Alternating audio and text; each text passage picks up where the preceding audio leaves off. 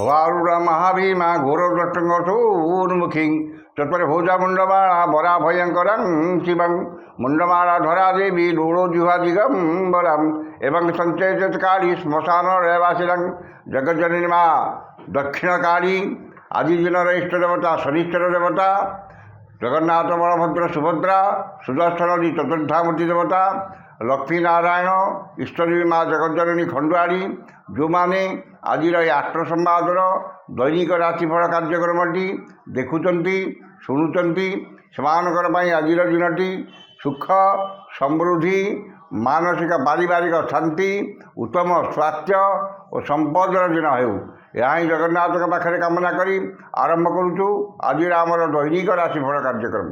ଜୟ ଜଗନ୍ନାଥ।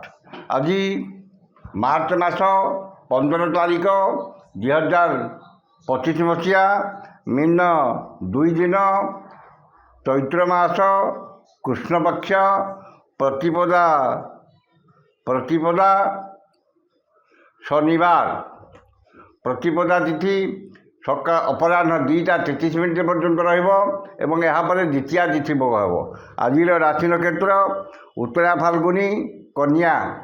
ଉତ୍ତରା ଫାଲ୍ଗୁନୀ ନକ୍ଷତ୍ର ସକାଳ 8:54 ପର୍ଯ୍ୟନ୍ତ ରହିବ ଏବଂ ଏହାପରେ ହସ୍ତା ନକ୍ଷତ୍ର ଭୋଗ ହେବ। ଚନ୍ଦ୍ର କନ୍ୟା ରାଶିରେ ଅହରାତ୍ର 60 ଦଣ୍ଡ ଅବସ୍ଥାନ କରିବେ। ସକାଳ ଅପରାହ୍ନ 2:33 ପର୍ଯ୍ୟନ୍ତ ପ୍ରତିପଦା ତିଥି ଯୋଗୁଁ ସେହି ସମୟ ପର୍ଯ୍ୟନ୍ତ ପାଣି କଖାରୁ ଖାଇବା ମନା, ଖାଇଲେ ଶ୍ରୀହୀନ ଏବଂ ଏହାପରେ ଦ୍ୱିତୀୟା ତିଥି ଭୋଗ ହେଉଥିବାରୁ କଖାରୁ ଖାଇବା ମନା, ଖାଇଲେ ଅର୍ଥହୀନ। ଏ ରହିଥିଲା ଆଜିର ପଞ୍ଜିକା। ବର୍ତ୍ତମାନ ଜାଣିନେବା କେମିତି କଟିବ 12ଟି ରାଶିର ବ୍ୟକ୍ତିମାନଙ୍କର ଆଜିର ଦିନ। ପ୍ରଥମ ରାଶି ମେଷ ରାଶି। ମେଷ ରାଶି ଷଷ୍ଠ ଚନ୍ଦ୍ର ଓ ରବି ଚନ୍ଦ୍ର ଉଭୟଙ୍କ ନକ୍ଷତ୍ର ଭୋଗ ହେଉଥିବାରୁ ମନରେ ପ୍ରସନ୍ନତା, ଶରୀରରେ ସୁସ୍ଥତା, ପରିବାରରେ ମିତ୍ରତା, ସମସ୍ତଙ୍କ ସହ ବନ୍ଧୁତା, ଚାଲିଚଳନରେ ସଂଯମତା, ବଚନରେ ମଧୁରତା ଏବଂ ସମସ୍ତ କର୍ମରେ ସ୍ୱଚ୍ଛତା ଓ ସମୟାନୁବର୍ତ୍ତିତା ଆପଣାଇବେ। ପରୋପକାର, ସମାଜ ସେବା ଏବଂ ଧାର୍ମିକ କର୍ମରେ ଅଧିକ ଆଗ୍ରହ ରହିବ। ଶତ୍ରୁମାନ ମିତ୍ରତାର ହାତ ବଢ଼ାଇବେ ଏବଂ ଆପଣଙ୍କ ବକ୍ତବ୍ୟରେ ସମ୍ମୋହନର ଶକ୍ତି ରହିବ। ବାଣିଜ୍ୟ, ବ୍ୟବସାୟ, ପରିବହନରେ ଆୟ ଅତି ଉତ୍ତମ ହେବ। କର୍ମରେ ଆଶାଠାରୁ ଅଧିକ ସଫଳତା ଓ କର୍ମସ୍ଥାନର ସମସ୍ତ ବାଧା ବିଘ୍ନ ପ୍ରତିବନ୍ଧକ ଦୂର ହେବ। ଯେଉଁମାନଙ୍କର ଅଶ୍ୱିନୀ ଓ କୃତ୍ତିକା ମେଷ ସେମାନେ ଉପକୃତ ହେବେ। ଶୁଭ ରଙ୍ଗ ଲାଲ, ସଂଖ୍ୟା 11, ଆରାଧନା ମା ଚଣ୍ଡୀ। ବୃଷ ରାଶି ଘାଟ ଚନ୍ଦ୍ର, ଘାଟ ବାର, ଘାଟ ନକ୍ଷତ୍ର ଉଭୟ ଭୋଗ ହେଉଥିବାରୁ ବାଦ ବିବାଦ, ସ୍ୱାସ୍ଥ୍ୟ, ଆର୍ଥିକ କାରବାର, ସନ୍ତାନମାନଙ୍କ ସହ କଥାବାର୍ତ୍ତା, ପିତାମାତାଙ୍କ ସହ କଥାବାର୍ତ୍ତା ବେଳେ ସତର୍କତା ଅବଲମ୍ବନ କରିବେ। ମାନ ସମ୍ମାନ ହାନି, ମାନସିକ ଦୁଶ୍ଚିନ୍ତା, ପରିବାରର ମନମାଳିନ ଏବଂ ଇତରଜନ ଠାରୁ ଅପମାନ ପାଇବେ। ମନ ଅସ୍ଥିର, ବିଷାଦଗ୍ରସ୍ତ, ଚାପଗ୍ରସ୍ତ ରହିବ ଏବଂ ଶାରୀରିକ ପୀଡ଼ା ଭୋଗିବେ। ବିଦ୍ୟା, ବୁଦ୍ଧି, ଜ୍ଞାନ, ଗାରିମା, ପ୍ରତିସ୍ପନ୍ଦମତି, ଦୂରଦୃଷ୍ଟି, ଦିଶକ୍ତି, ସ୍ମରଣ ଶକ୍ତି ଲୋପ ପାଇବ।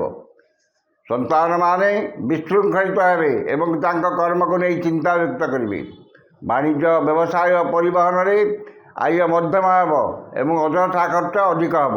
କର୍ମରେ ବିଫଳତା ଏବଂ ସହକର୍ମୀଙ୍କର ଉପହାସର ପାତ୍ର ହେବେ। ଯେଉଁମାନଙ୍କର ରୋହିଣୀ ବୃଷ ସେମାନେ ସତର୍କତା ଅବଲମ୍ବନ କରିବେ। ଶୁଭ ରଙ୍ଗ ଧଳା, ସଂଖ୍ୟା 2, ଆରାଧନା ମା ଗାୟତ୍ରୀ। ମିଥୁନ ରାଶି ଚତୁର୍ଥ ଚନ୍ଦ୍ର କୃଷ୍ଣପକ୍ଷ ଯୋଗୁଁ ଏବଂ ଶନିବାର ଯୋଗୁଁ ଗୁରୁଜନଙ୍କ କୃପା, କ୍ଷମତାଶାଳୀ ବ୍ୟକ୍ତିଙ୍କ ସହାୟତା ଏବଂ ରାଜନୈତିକ ବ୍ୟକ୍ତିଙ୍କର ଶୁଭ ଦୃଷ୍ଟିରେ ରହିବେ। ଧନ ସମ୍ପଦ, ପ୍ରାଚୁର୍ଯ୍ୟ, ପ୍ରତିପତ୍ତି ବୃଦ୍ଧି ପାଇବ ଏବଂ ଆୟର ନୂତନ ମାର୍ଗ ଖୋଲିବ। ମୂଲ୍ୟବାନ ଧାତୁ, ଭୂମି, ଯାନବାହନ କ୍ରୟ କରିବେ ଏବଂ ଧନର ସଦ୍ ବିନିଯୋଗ କରିବେ। ସ୍ୱଜନ, ପରିଜନ, ବନ୍ଧୁ ବାନ୍ଧବ, ସହକର୍ମୀ, ସହଯୋଗୀଙ୍କର ସାହାଯ୍ୟ ସହଯୋଗ ମିଳିବ। ବାଣିଜ୍ୟ, ବ୍ୟବସାୟ, ପରିବହନରେ ଆୟ ଅତି ଉତ୍ତମ ହେବ ଏବଂ ନୂତନ ପରିବହନ ବ୍ୟବସାୟର ସୁଯୋଗ ଜୁଟିବ। କର୍ମରେ ଆଶାଠାରୁ ଅଧିକ ସଫଳତା, ଉଚ୍ଚ ସମ୍ମାନ, ଉଚ୍ଚ ପଦବୀ ପ୍ରାପ୍ତ ହେବ। ଯେଉଁମାନଙ୍କର ମୃଗଶିରା ଓ ପୁନର୍ବସୁ ମିଥୁନ ସେମାନେ ସୁଫଳ ପାଇବେ। ଶୁଭ ରଙ୍ଗ ସବୁଜ, ସଂଖ୍ୟା 4, ଆରାଧନା ମା ତ୍ରିପୁର ସୁନ୍ଦରୀ।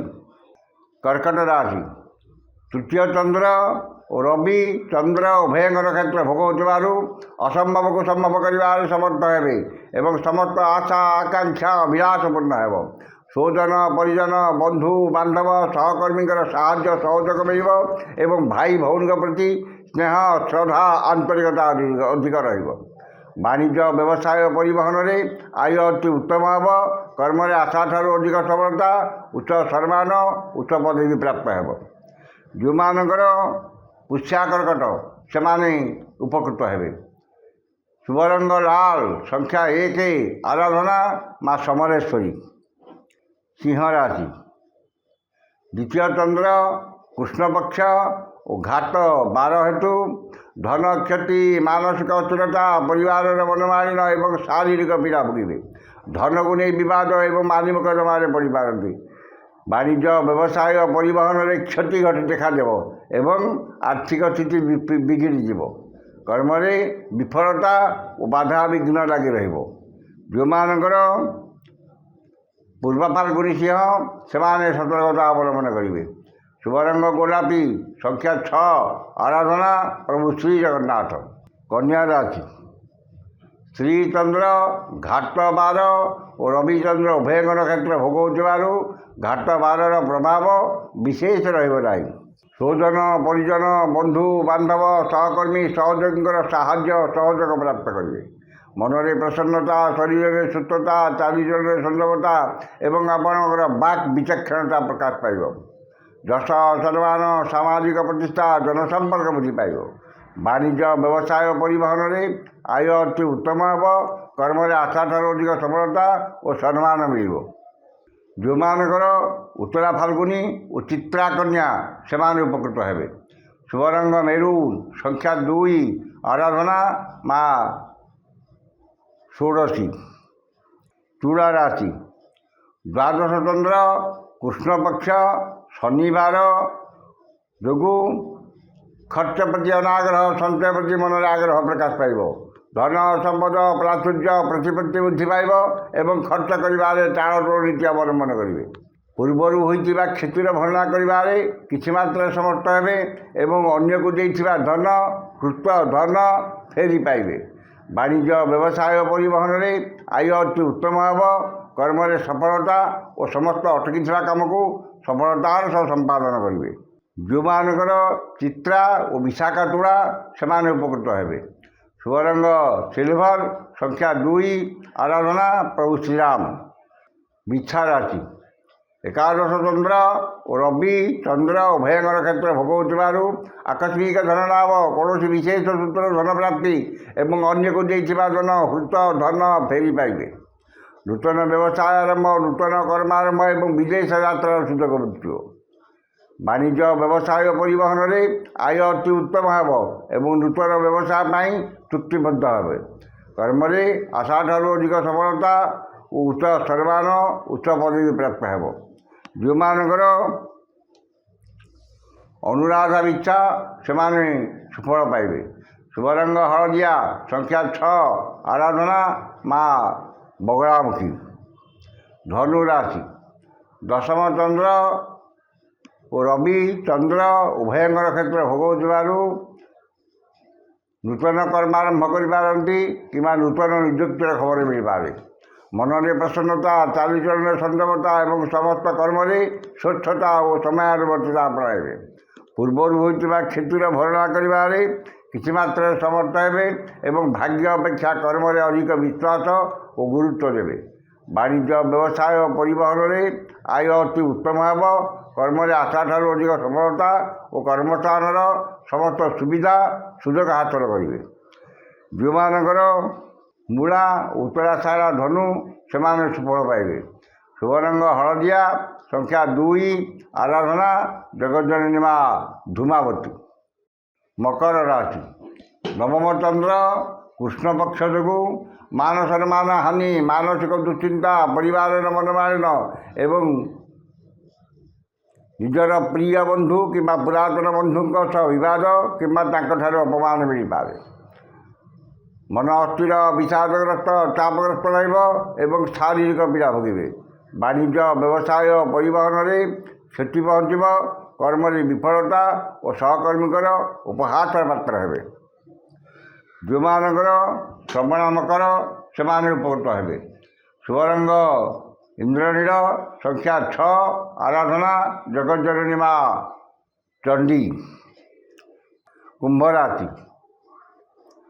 ଅଷ୍ଟମ ଚନ୍ଦ୍ର ଯୋଗୁଁ ବାଦ ବିବାଦ, ସ୍ୱାସ୍ଥ୍ୟ, ଆର୍ଥିକ କାରବାର, ଉଚ୍ଚସ୍ଥାନ ଆରୋହଣ, ଗ୍ୟାସ୍ ଇଲେକ୍ଟ୍ରିକ୍ ଦ୍ରବ୍ୟ ବ୍ୟବହାର ଏବଂ ଯାନବାହନ ଆରୋହଣ କାଳରେ ସତର୍କତା ଅବଲମ୍ବନ କରିବେ। ଧନ କ୍ଷତି, ମାନସିକ ଅସ୍ଥିରତା, ପରିବାରର ମନୋମାଳିନ୍ୟ ଏବଂ ଶାରୀରିକ ପୀଡ଼ା ଭୋଗିବେ।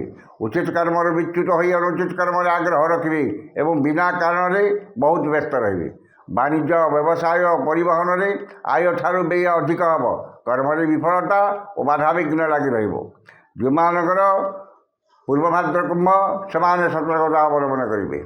ଶୁଭ ରଙ୍ଗ ବାଇଗଣୀ, ସଂଖ୍ୟା 11, ଆରାଧନା ଜଗଜ୍ଜନନୀ ମା ଦୁର୍ଗା। ଶେଷ ରାଶି ମୀନ ରାଶି।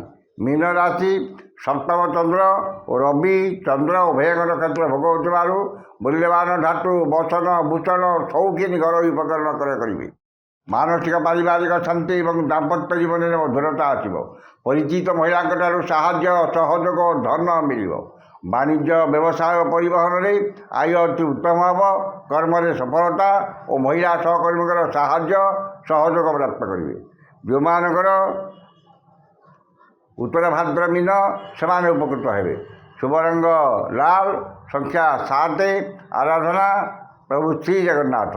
ଏ ରହିଥିଲା ଆଜିର 12ଟି ରାଶିର ବ୍ୟକ୍ତିମାନଙ୍କର ଆଜିର ରାଶିଫଳ।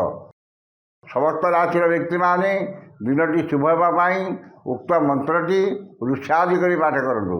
ଋଷାଦିଟି ହେଲା ମୁଗଶ୍ରୀ ଶନିଶ୍ଚର ମହାମନ୍ତ୍ରସ୍ୟ କାଶ୍ୟପ ଋଷି ଅନୁଷ୍ଠୁପ ଛନ୍ଦ ଅଦ୍ୟ ଦିବସ ଦିବସାଧିପତି ଶନିଶ୍ଚର ଦେବତା ସୁବିତେ ଶନିଶ୍ଚର ଦେବତା ମନ୍ତ୍ର 178 ସଂଖ୍ୟକ ମନ୍ତ୍ର ଜପେ ବିଞ୍ଜକ। ଏ ଋଷାଦିଟିକି ଥରେ କରିବେ ଏବଂ ମନ୍ତ୍ରଟି ହେଲା ଓଁ ଐଂ ହିଂ ଶ୍ରୀଂ ଶନିଶ୍ଚରାୟ ନମଃ। ଏ ମନ୍ତ୍ରକୁ ସକାଳ 108 ଏବଂ ସନ୍ଧ୍ୟାରେ 108 ପାଠ କରନ୍ତୁ। ନିଶ୍ଚିତ ଭାବରେ ଦିନଟି ଆପଣଙ୍କର ମଙ୍ଗଳମୟ ଏବଂ ଶୁଭମୟ ହେବ। ଆଜି ତ ସମୟ ସରିଯାଇଛି, ଆସନ୍ତାକାଲି ଦେଖା ହେବ ଠିକ୍ ଏହି ସମୟରେ। ବିଦାୟ ଦିଅନ୍ତୁ। ଜୟ ଜଗନ୍ନାଥ।